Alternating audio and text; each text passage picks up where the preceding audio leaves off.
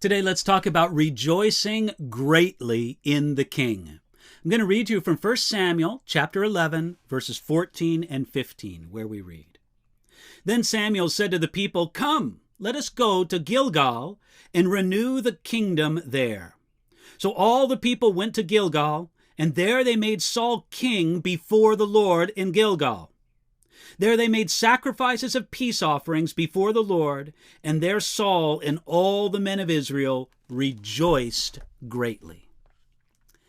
The Ammonite leader Nahash threatened the Israelite city of Jabesh-Gilead, and the men of that city asked King Saul to help them. Saul showed sympathy, zeal, wisdom, and courage, and the city was saved. After it all, Saul was a hero to Israel, and they began to think that having a king might work out after all. Saul won the battle that day, but it was more than one battle he won.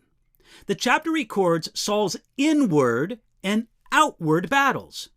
The outward victory was obvious, but inwardly, Saul defeated the strong and subtle temptations to pride, insecurity, and revenge. But he had to continue to fight and win that inward battle.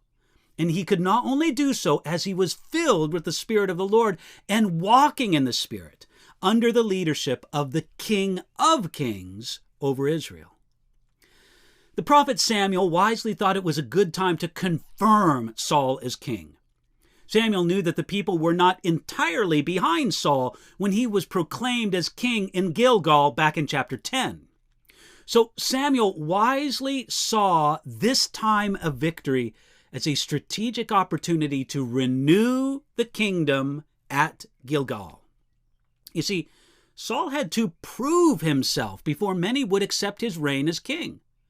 That's not necessarily a bad thing.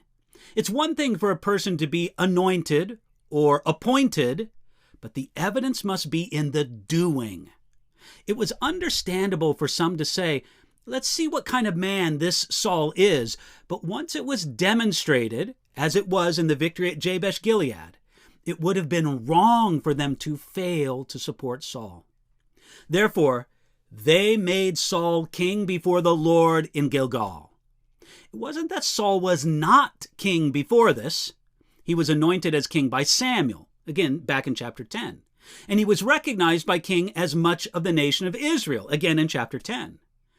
But there was a sense in which Saul was not king until virtually all the nation recognized him as king. And here that recognition was given. Now, make the spiritual analogy.